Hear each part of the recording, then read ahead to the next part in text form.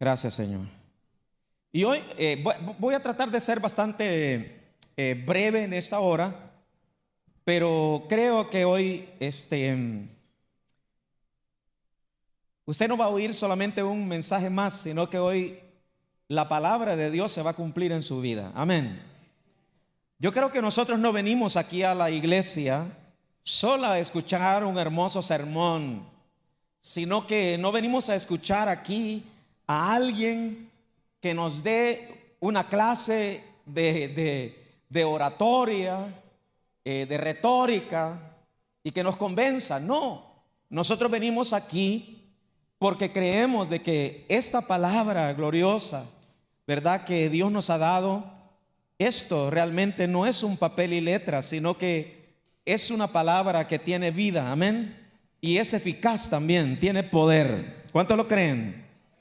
Esta palabra tiene poder. Y vamos a leer en este momento, creo que vamos a leer primeramente vamos a leer primeramente en Lucas capítulo 4. En Lucas capítulo 4.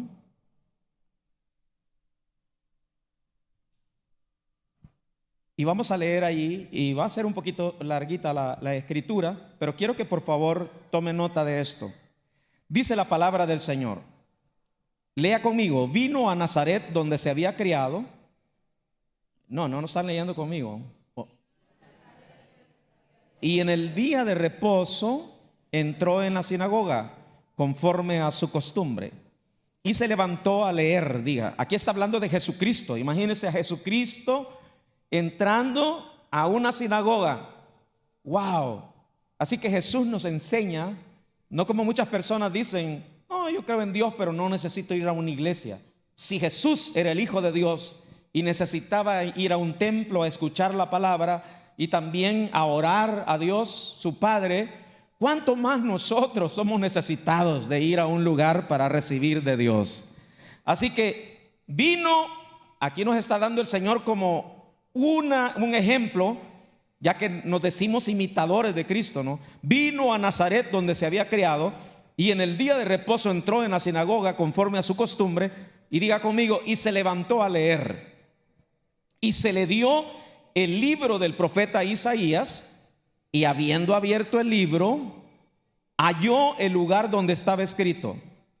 Diga conmigo, el Espíritu del Señor está sobre mí. Amén.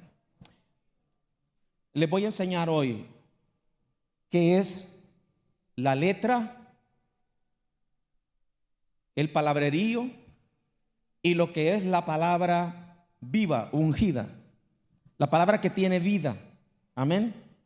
Le voy a enseñar la diferencia entre lo que es la letra y lo que es la palabra viviente. ¿Ok?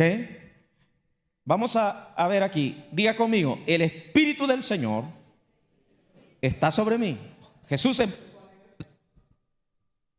empezó a leer estas palabras, y estas palabras que él leyó se encuentran en Isaías 61.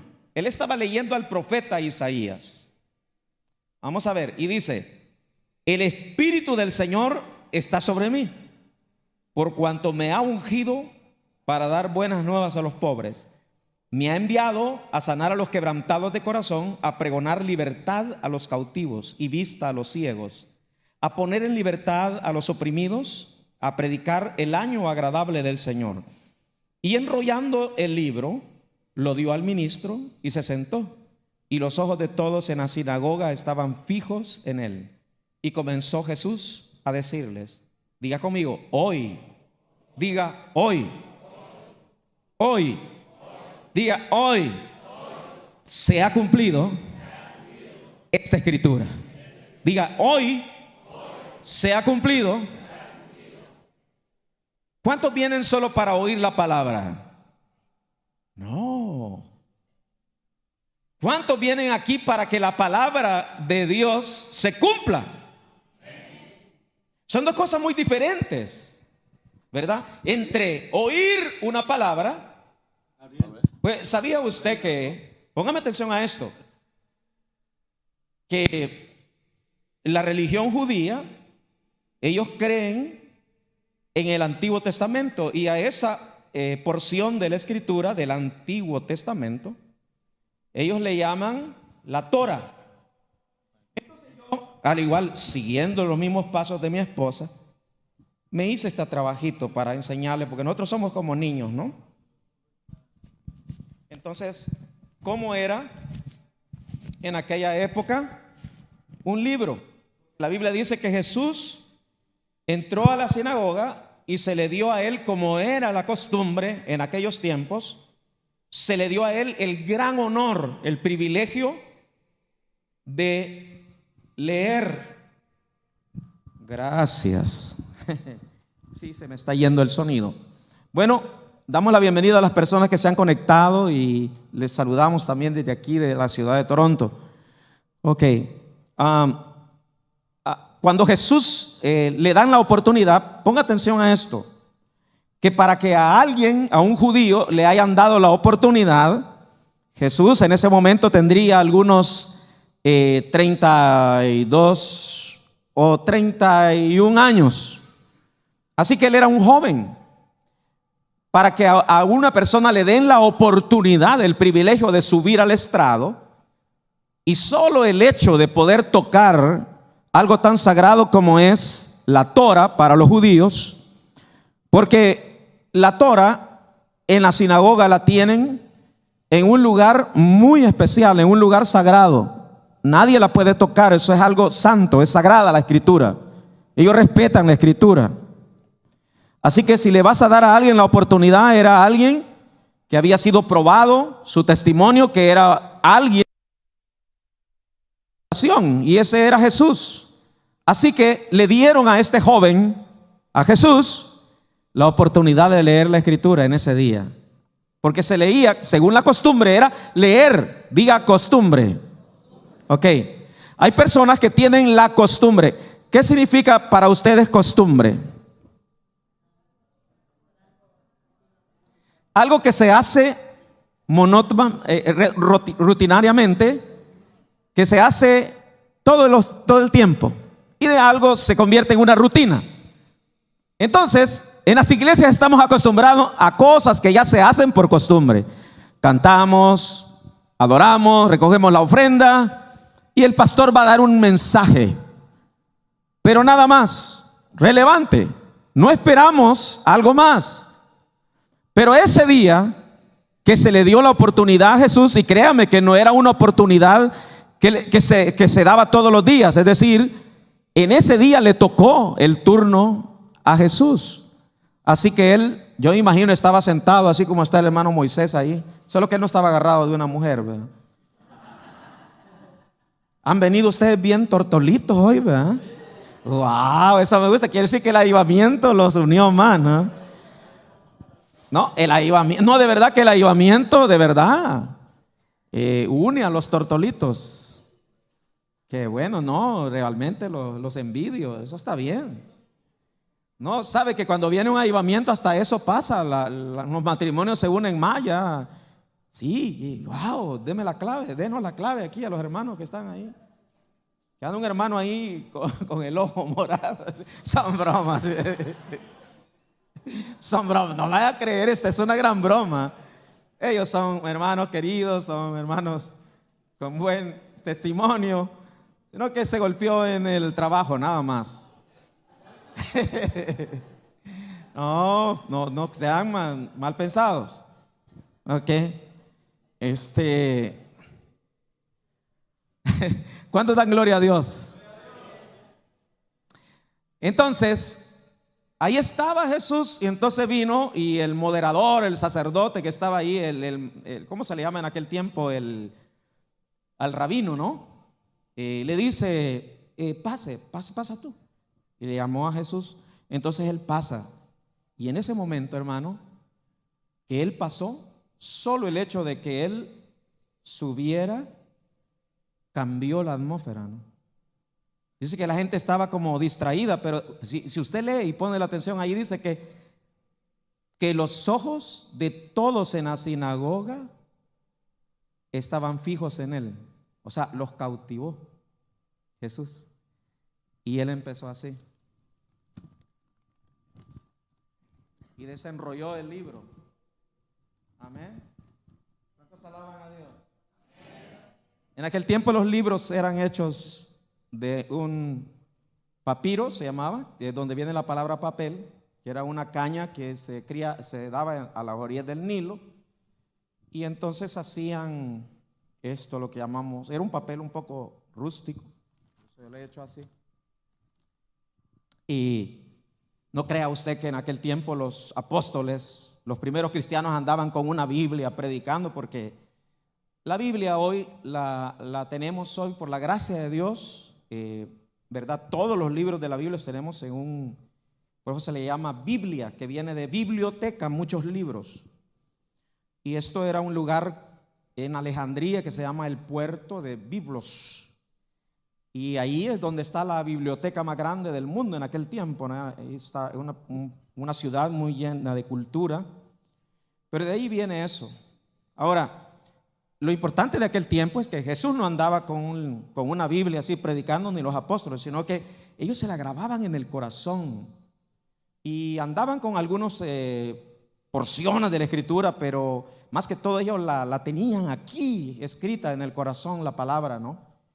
Y ellos eran como una Biblia caminando, ¿verdad? En sus vidas ellos no era algo religioso.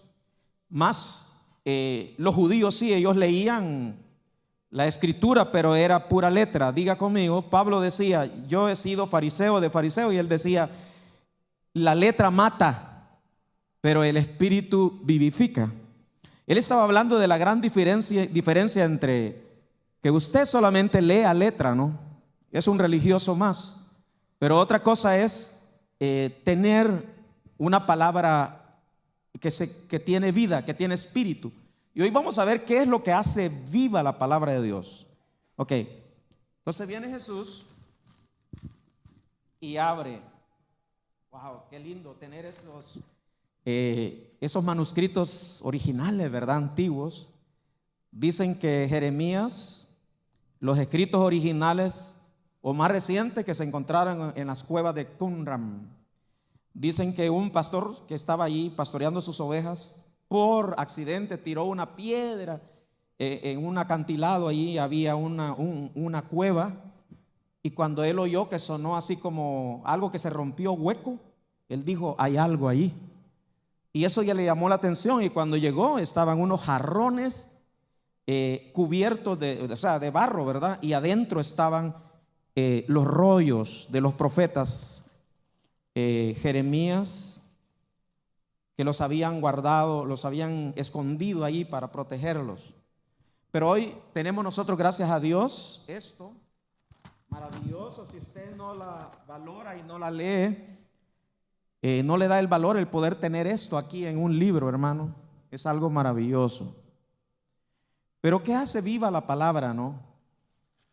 Porque de esto no se trata de tener detrás de la puerta el Salmo 91 para que me proteja, sino ¿qué hace viva la palabra? Tampoco la Biblia no es un talismán para llevar en mi maleta para que no se caiga el avión. O sea, esto es más que eso, ¿no? Yo tengo que hacer viva esta palabra, y entonces esa palabra ya no es una palabra logos, sino una palabra rema. Vamos a ver primero, porque Jesús dijo en ese momento, hoy, cuando él leyó, dice que toda la gente estaban fijos y atentos la mirada ante él. Todos estaban así, porque cuando él leía, no se sentía que él estaba leyendo cualquier libro, porque hay gente que ya lee religiosamente y hasta le aburre la Biblia, ¿no? Y hay hombres que ya no les gusta ir a la iglesia, no quieren saber nada de Dios, y la mujer le lee la Biblia y ya le aburre, ¿no? Pero en ese momento, cuando habían pasado tantos a leer la misma escritura, ya algunos decían, este ya va a leer la Biblia, qué aburrido. Pero cuando Jesús empezó a leer y él dijo, el Espíritu del Señor está sobre mí, él estaba hablando de él mismo, esa profecía. Póngame atención. Póngame atención. Vamos a leer en Juan capítulo 1, versículo del 1 al 3. Juan capítulo 1, versículo 1 al 3. Está conmigo en esta hora. Toque al que está a la pared. ¡Ey! No te durmas. Atento, atento, atento. Porque viene algo bueno. Ok. Juan, capítulo 1, versículo 1 al 3. Dice, diga conmigo, en el principio era el verbo. Y el verbo era con Dios. Y el verbo era Dios. Y este era en el principio con Dios. Todas las cosas por Él fueron hechas, y sin Él nada de lo que ha sido hecho fue hecho. Ok. Ahora leo Juan 1:14, que es el mismo libro. Diga, ahí aquel verbo fue hecho carne y habitó entre nosotros, y vimos su gloria, gloria como del unigénito del Padre, lleno de gracia y de verdad. ¿Qué pasó aquí? Ok, yo creo, esta es una gran revelación, porque aquí está hablando Juan, Dios le revela a Dios desde antes de la fundación del mundo, ¿no? ¿Cómo existió Dios? ¿Cómo existía Dios? Y habla ahí, en el principio se refiere al principio de todas las cosas en la eternidad, ¿no? Póngame atención, hermano. El principio, ¿se imagina usted eso, hermano? Estamos allá hablando de millones de años en la eternidad, en el infinito. Dice que estaba Dios y allí estaba alguien a quien Dios le llama el Verbo. ¿Ok? Acuérdense que Jesucristo tiene varios nombres. A Él se le llama el Cordero de Dios. ¿Quién más? Digan, ayúdenme. ¿Ah? El Alfa y Omega. ¿Algo más? ¿Algo más? ¿Ah? El León de Judá. Díganme otros. Yo soy la puerta. Él es el buen pastor. ¿Ah? Él es el agua de vida, el pan de vida. ¿Qué más? Él es la luz de este mundo. Entonces, ¿cuántos nombres tiene Jesús? Ahora, pero en este momento le llama el Verbo. Diga el Verbo. Estaba Dios y Jesús es el Verbo. ¿Qué es el Verbo?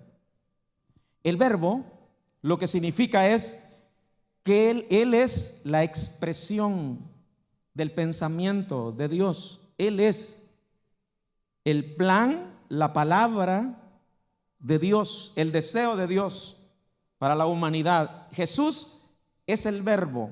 Amén. Pero luego el verbo se hace sustantivo. Dice, el verbo se hizo. Ok.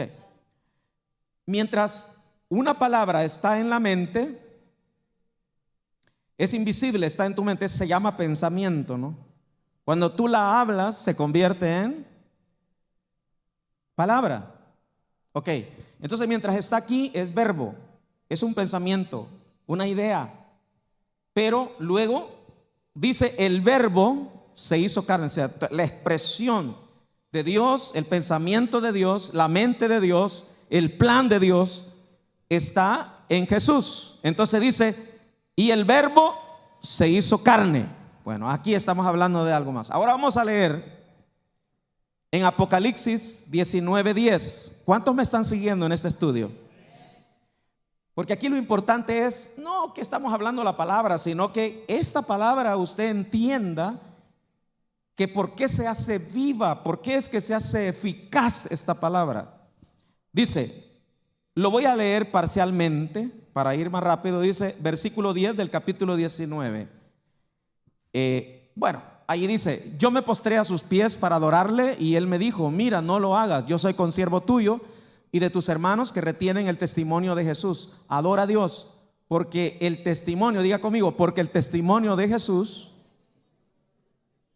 es el espíritu de la profecía. Ok, diga, el testimonio de Jesús es el espíritu de la profecía. Ok, póngame atención, porque esto es lo más esencial que en tu vida cristiana puedas aprender. ¿Qué es lo que hace que la palabra de Dios tenga corazón, tenga vida? Cuando Jesús dijo estas palabras, ¿verdad? Dijo en Juan 6:63, el espíritu es el que da vida, la carne para nada aprovecha. Las palabras que yo os he hablado son espíritu y son vida. Los fariseos tenían solamente letra, ¿verdad? Y hasta el día de hoy ellos solamente tienen letra, nada más, letra muerta. Ellos no tienen una palabra que tenga vida, sino que es una palabra muerta. Porque toda la profecía, lo que dice Apocalipsis es que el espíritu de la profecía es el testimonio de Jesucristo. Ok. No me están entendiendo. Quizás a veces me vengo muy elevado yo de enseñanza, no sé. Ok. ¿Cuántos están entendiendo? Sí. Ok. En otras palabras te voy a decir esto. Estuve sentado en un cuarto muy pequeño con una de las tataranieta de María Éter. Una de las tataranietas de esta mujer de milagros, una mujer de Dios. Y estuve ahí, hermano, cerca, y estaba dando una clase. Y dice que fue llevada al cielo. Yo cuando oí eso dije, wow, está viejita. Porque la pusieron ahí sentada en una silla de ruedas y de ahí no se movía. Ya está muy viejita. Pero ella fue llevada al cielo. Y que una de las cosas que el Señor le dijo es: no es nada acerca de ti. Ok, yo te voy a usar mucho, le dice, pero todo es acerca de mí. No hables de ti, no hables de otra cosa. Habla de mi Hijo, de Jesucristo. Ese será tu mensaje. Habla de mi Hijo, habla de Jesucristo. Póngame atención. La Biblia, así como la tienen los judíos, que el Torah, ellos no tienen a Jesucristo. Toda la profecía habla de Jesucristo. Ok, sin Jesucristo, yo te podría estar hablando como si fuera un imán de los musulmanes, ¿no? Te estuviera leyendo el Corán. Y lo mismo, leyéndote a ti, y tú dirías: oh, qué buenos consejos, qué buena filosofía, qué buena sabiduría, ¿verdad? Del profeta Mahoma. Ah, qué bueno. Pero eso no tiene vida, es pura letra. No tiene vida. Y podemos decir que el Antiguo Testamento y el Nuevo, sin Jesucristo, quitemos de la ecuación a Jesucristo, es una palabra muerta.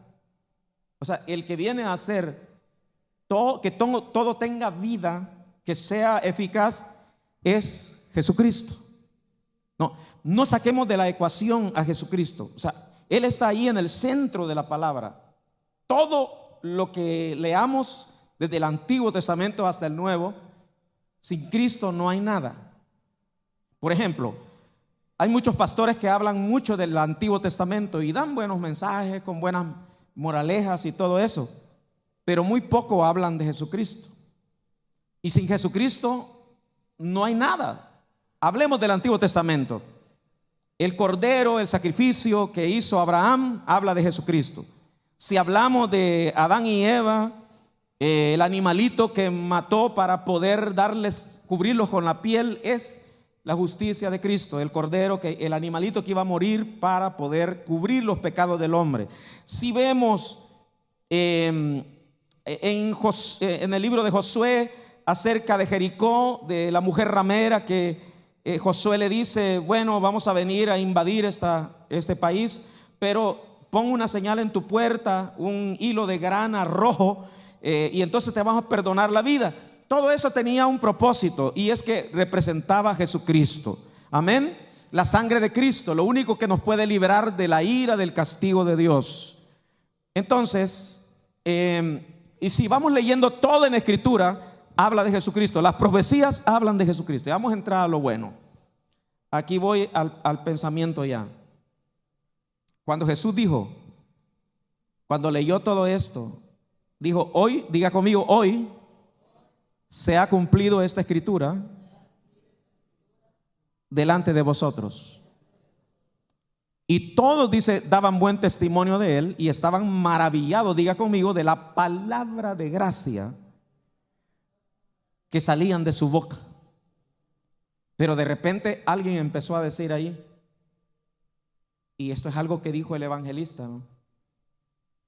Algo que mata los avivamientos es cuando la gente se va familiarizando con los pastores. Pero sí, el pastor Carlos, yo lo veo todos los días, y con él platicamos ahí.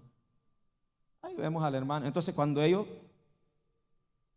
vieron a Jesús, dice, pero si ya lo conozco, dice, si este es el hijo de José, el carpintero, y de María, si con él nos criamos, juntos fuimos a la escuela. Y entonces ya empezaron ellos a menospreciarlo y dijeron, dice, médico, dice, cúrate a ti mismo de tantas cosas que hemos oído, ¿verdad? Médico, te vamos a dar un refrán, cúrate a ti mismo. O sea, lo menospreciaron y dijeron, ¿y este qué dice que va a venir aquí a sanarnos, a libertarnos, a abrir cárceles a los presos, a libertar a los cautivos? ¿Qué creen que va a venir a hacer ese? Y ese es el gran problema de nosotros, que por eso no recibimos, porque nosotros no vemos más allá de la palabra. Póngame atención a lo que le estoy diciendo. Veamos, las palabras de Isaías son muy bonitas, porque él habla de que él va a sanar a los quebrantados de corazón, que él viene para dar buenas nuevas a los pobres en espíritu, ¿no? Que viene a pregonar libertad a los cautivos, liberación a las personas, ¿no? Y a los que se sienten oprimidos. Él viene a liberar, viene a sanar los corazones, las emociones, las personas que están heridas.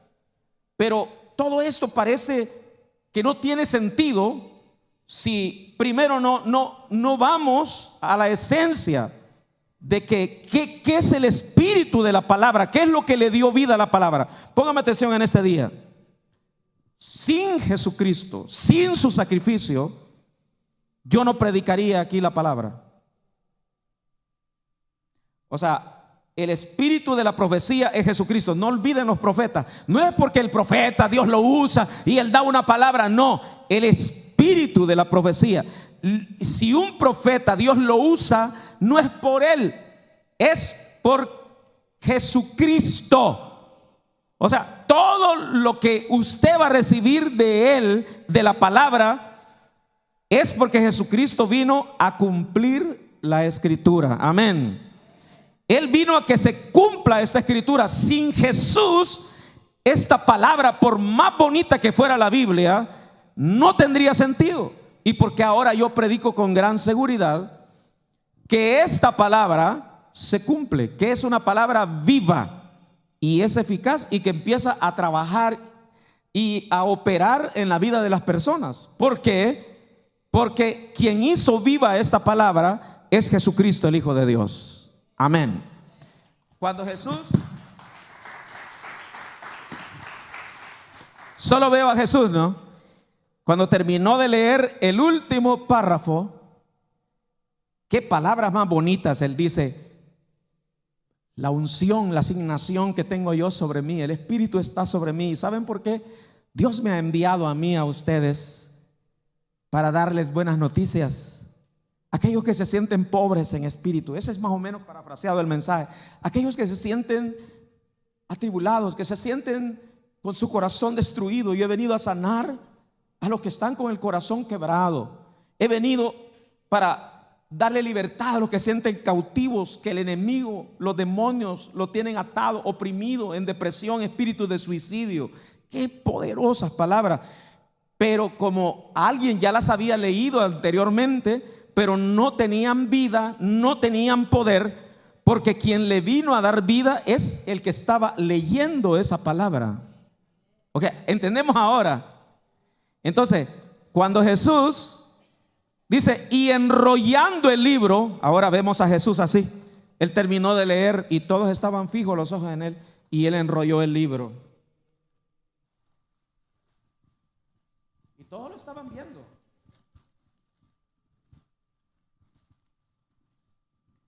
Leyó Isaías, palabra de Dios, lo que el profeta había dicho hace cientos de años acerca de esas buenas noticias, de ese año, de esa temporada agradable del Señor, en que Dios iba a sanar a los quebrantados de corazón y a liberar a los que estaban oprimidos por el diablo.